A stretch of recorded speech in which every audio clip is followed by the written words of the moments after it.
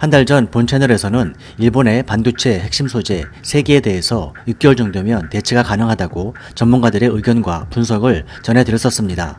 드디어 글로벌 기업 삼성전자가 일본 반도체 소재 완전 배제를 결정하고 본격적인 소재 대체를 진행하고 있는 내용을 전해드리도록 하겠습니다.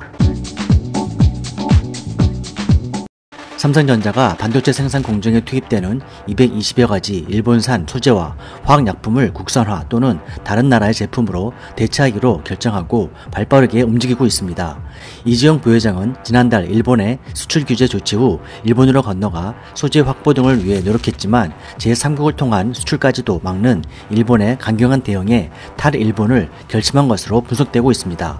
삼성 측은 별도의 태스크포스 구성에 대해 일축하면서도 TF팀은 반도체 소재를 생산하는 국내 및 해외 기업과 접촉해 공정 투입 가능성과 확보를 위한 다양한 조사를 활발히 진행한 것으로 포착됐습니다.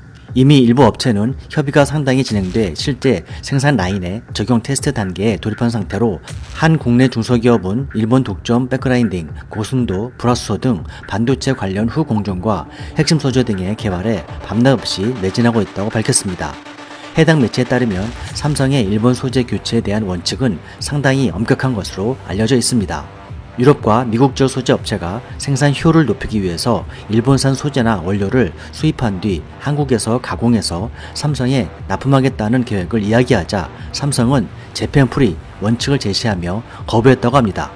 유럽 쪽 소재 업체 관계자들은 삼성 측이 원료라도 일본산 소재가 섞이면 곤란하다는 입장이어서 본사에서 원료를 직접 들여오는 방안을 검토하고 있다고 합니다. 이것은 대체 소재를 찾는 동안 생산량 감소 등의 단기적인 손실을 보더라도 장기적인 관점에서 더 이득이라는 삼성 내 판단이 작용한 것으로 분석되고 있습니다. 삼성의 이러한 조치는 정치적인 문제를 이유로 국제 분업 체계를 흔드는 일본과는 더 이상 거래할 수 없다는 삼성의 현실적인 결정이 반영됐다고 평가되고 있습니다. 삼성뿐만 아니라 SK하이닉스도 국산 소재를 생산 라인에 투입하기 위해서 시험에 들어간 상태입니다. 이에 대해서 일본은 부랴부랴 친아베 언론들인 산케이, 요미우리, NHN 등에 먼저 정보를 흘려보내서 삼성 반도체 소재 심사를 처음 통과를 알렸습니다. 곧이어 일본 기업들이 한국에 수출하는 반도체 소재는 화이트리스트에 예전처럼 혜택을 유지한다고 발표했습니다. 그러나 이러한 일본 정부의 한 발 늦은 꼼수는 얄팍한 정치적 수수라는 비판을 받고 있습니다. 일본 정부의 정치적 공세는 자유무역 공정거래 위반이라는 국제적 여론의 문매에 금수 조치가 아니라는 것을 보여주기 위한 수도국 쟁취라는 의심을 받고 있으며 한국의 반도체 생산에 차질을 빚게 만들면 자국 기업들은 물론이고 중국, 미국, 유럽 등 세계 여러 나라로부터 받게 될 비난을 피하기 위한 잠깐의 꼼수라는 것입니다. 일본 정부는 현재 불매 운동으로 일본 기업들의 매출은 물론이고 지방 중소도시들의 근간인 관광객 급감으로 인해서 자국민들의 항의가 점차 높아져 가고 있습니다.